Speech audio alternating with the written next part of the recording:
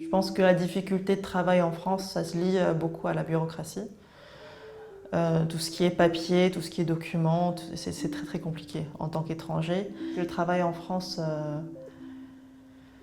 c'est facile une fois qu'on l'a, mais en fait, trouver le travail, c'est très dur. En fait, je pense que c'est ça. Pour chercher un travail, il faut écrire une lettre de motivation. Et il faut l'écrire bien.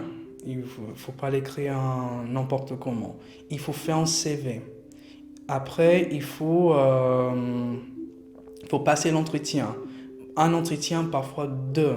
Je me suis habituée à la façon d'écrire les CV et les lettres de motivation, tout simplement du style anglophone, ce qui est très très différent en fait du style français qui est plus encadré, qui est plus carré et qui est plus formel aussi.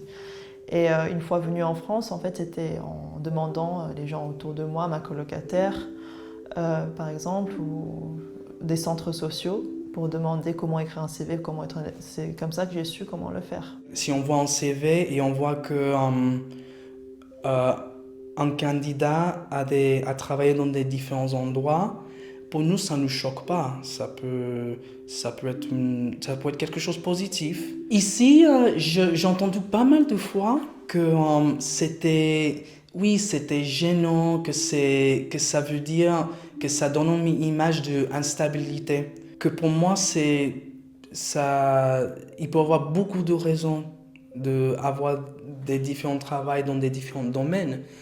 En France, on a une façon très carrée de bosser quand on bosse dans les agences de communication. Et si vous allez en Angleterre, par exemple, aux États-Unis, l'humour dans la boîte est considéré comme l'intelligence. Et donc ça, c'est valorisé. Ici, peut-être avoir un profil un peu plus carré, très sérieux et intellectuel, c'est considéré l'intelligence, la bonne intelligence à avoir. Et c'est ça qui est valorisé. Au Brésil, par exemple, c'est complètement différent.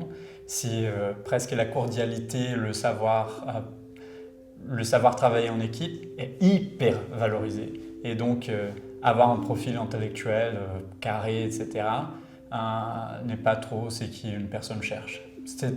C'est toujours différent dans chaque métier, mais règle générale, c'est différent entre des pays. Moi, c'était très facile pour trouver un travail dans la vente, mais c'est parce que il y a toujours du travail dans la vente, il y a toujours des jobs dans le supermarché, par exemple. Mais si on veut vraiment trouver un travail plus formel, que moi j'ai envie de faire, que je fais mes études dedans, c'est plus dur.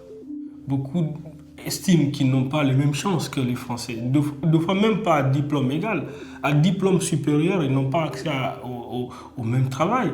Vous pouvez vous retrouver dans les entreprises où des gens qui sont surdiplômés sont commandés parfois des gens qui ont une BTS, parfois qui n'ont pas de diplôme. Et les gens qui sont là disent aussi à ceux qui viennent d'arriver, c'est pas évident, vous êtes de couleur. À diplôme égal, évidemment, vous n'avez pas les mêmes chances que les autres Français qui sont là, qui ont parfois la priorité. Et puis, c'est de fait, en fait. C'est pas une loi qui le dit, mais c'est de fait. On trouve plus facilement de l'emploi comme un employeur dans un bar, dans un resto, dans un hôtel ou en auberge, que dans d'autres travails, d'autres professions qui sont différentes. Si on n'a pas de réseau, c'est très compliqué de trouver du travail. Mais je crois que ce n'est pas en France que ça fonctionne comme ça. Il y a d'autres pays que c'est pareil. C'est un parcours de combattant. L'étranger qui vient ne vient pas piquer le travail des autres. D'ailleurs, il est prouvé économiquement que les étrangers qui sont là participent à l'enrichissement, au développement de la France. La création d'entreprises, là moi je suis dans le bon secteur d'activité. Je trouve que finalement c'est bien en fait. Je trouve ma place dans le marché et ça fonctionne super bien en fait. Et ce que j'apprécie beaucoup, c'est que on donne la chance aux étrangers pour travailler en fait et pour progresser surtout. Au niveau de travail, ça c'est quelque chose qui me rend plutôt fier chaque jour. C'est que justement, comme étranger, je peux avoir un avis qui est complètement différent en fait. Et je peux porter des idées qui sont créatives, des points de vue différents sur tout en fait. Et ça c'est hyper valorisé. Et quand ça s'est valorisé aussi, j'ai rentre fier chez moi.